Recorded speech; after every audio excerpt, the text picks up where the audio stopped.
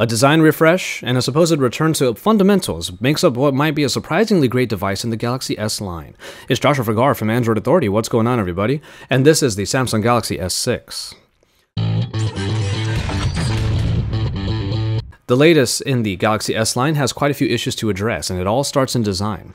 Okay, let's get it out of the way before we move on. Yes, there are some obvious design influences here, but there is just enough in the Galaxy S6 to reassure the user that it is still a Samsung device through and through.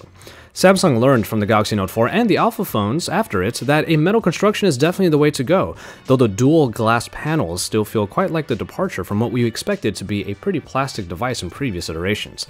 The metal rim has a subtle taper to its edges, influenced by the frame of the Galaxy Note 4, and the various colors of this phone benefit from a translucence that gives the colors a bit more character than just being plainly on the device. Samsung's iconic button layout returns as well, bringing the tactile home button up front, flanked by the recent apps and back capacitive keys. And the fingerprint scanner on the power button is now a press version rather than the swipe editions from before. The charging port and the headphone jack are on the bottom together now, with the speaker grill that has been brought away from the back this time. Move around to the back, and you'll notice that there is nothing to remove. All you really get is a camera optic package that protrudes out quite a bit, which might not be great for people who slide their phones on tables, for example. But no, there is definitely no removable backing, as this unibody design also makes it expandable storage and replaceable batteries no longer an option. What is most striking about the phone's design is noticed once you get it into your hand. The 5.1-inch display keeps the phone from being too big, but a very noticeable thinness and lightness greatly helps as well. What results is one of the most comfortable feeling experiences in a Galaxy S flagship since perhaps the S3 or the S4. The metallic frame is of course a very welcome change that shows how Samsung is looking to improve their design. For many users, this might be the first great-looking Samsung device since their older Pebble design was first introduced in the S3. And I'm inclined to agree, as the design choices in the S6 are not only striking, but ergonomically sound in a way that has come as a bit of a surprise. The 5.1-inch screen on the Galaxy S6 is a very powerful one. At this size, we are now getting a Quad HD Super AMOLED display that rocks 577 pixels per inch.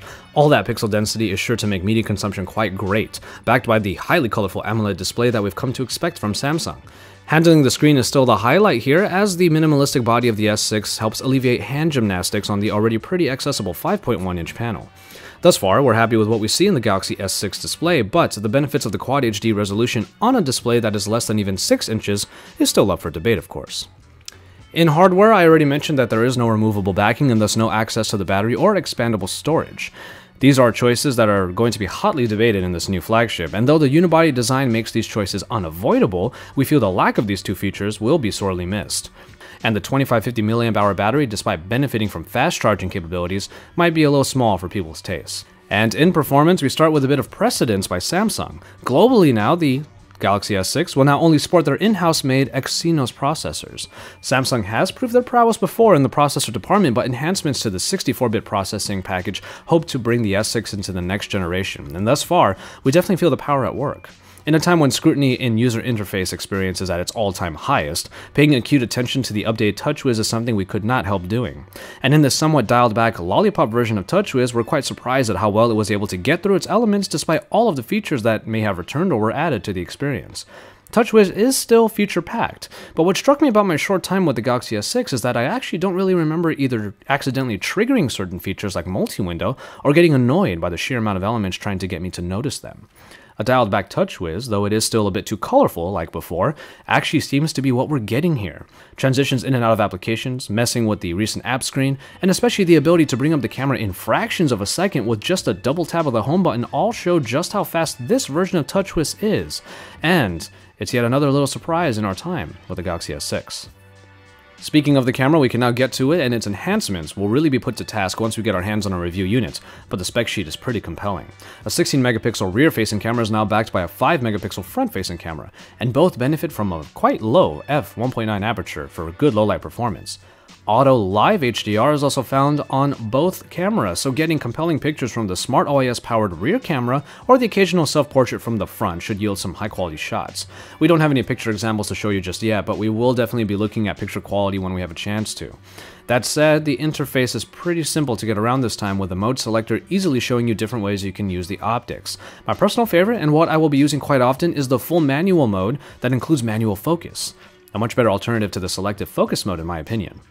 But a bit like the TouchWiz interface in general this time around, The camera interface shows buttons for what is essential for easy access, and then gets out of the way until the user activates the extras. And that's a step in the right direction. And so, there you have it, the first look at the Samsung Galaxy S6. We came to Samsung not knowing quite what to expect and left honestly a bit surprised at what we held and experienced. And you know what? That's a pretty good thing. It seems Samsung is making the main steps in the right direction in design, performance, and in the camera, but it remains a bummer that crucial parts of the hardware experience had to be sacrificed in order to make those enhancements happen. We won't know if the full experience is all it's cracked up to be until we get our hands on a full review unit. And the surprising part is that we can't wait to get to do that in the coming weeks. Keep it tuned to Android Authority for all of the best coverage here as we report to you live from the Mobile World Congress 2015 in Barcelona, Spain.